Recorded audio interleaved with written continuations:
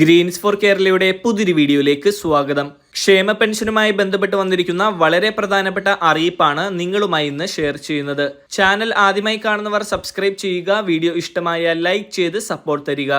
കുടിശ്ശികയായി കിടക്കുന്ന ക്ഷേമ പെൻഷൻ തുകയായി ബന്ധപ്പെട്ട് നിർണായകമായ ഒരു പ്രഖ്യാപനമാണ് മുഖ്യമന്ത്രി പിണറായി വിജയന്റെ ഭാഗത്തു നിന്നും വന്നിരിക്കുന്നത്. സർക്കാരിന്റെ 3ാം വർഷ പ്രോഗ്രസ് റിപ്പോർട്ട് പുറത്തുവിട്ടുകൊണ്ടുള്ള പരിപാടിയിൽ സംസാരിക്കവെയാണ് ഈ പ്രഖ്യാപനം. ക്ഷേമ പെൻഷൻ 6 മാസത്തെ കുടിശ്ശിക ഒരുമിച്ച് വിതരണം ചെയ്യാൻ കഴിയില്ലെങ്കിലും കുടിശ്ശിക മുഴുവൻ ഉടൻ കൊടുത്ത് തീർക്കുമെന്നാണ് മുഖ്യമന്ത്രി പറഞ്ഞത്. മാത്രമല്ല, ഇപ്പോൾ വിതരണം ചെയ്യുന്നത് പോലെ ഇനി എല്ലാ മാസവും 1600 രൂപ പെൻഷൻ വിതരണം ചെയ്യുമെന്നും മുഖ്യമന്ത്രി വ്യക്തമാക്കി.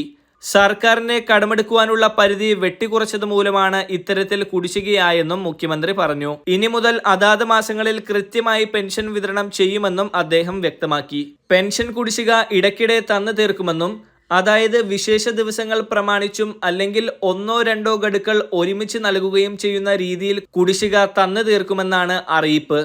സർക്കാരിന്റെ പക്കലുള്ള ഫണ്ടിന്റെ അടിസ്ഥാനത്തിലായിരിക്കും ഗഡുക്കളുടെ ഒരുമിച്ചുള്ള വിതരണം.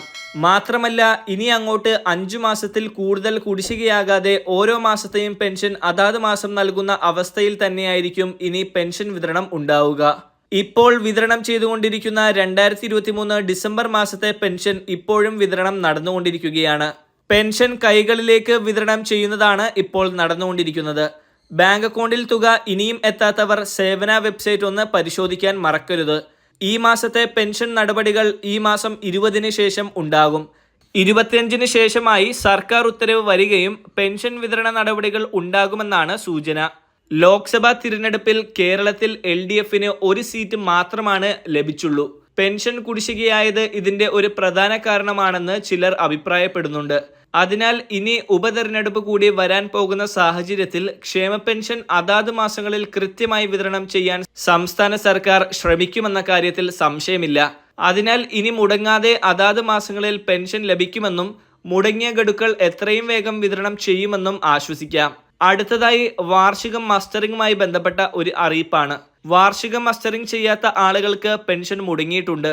ഡിസംബറിലാണ് മസ്റ്ററിംഗ് ചെയ്തിട്ടുള്ളതെങ്കിൽ ജനുവരി മുതലുള്ള പെൻഷൻ ലഭിക്കുന്നതാണ്.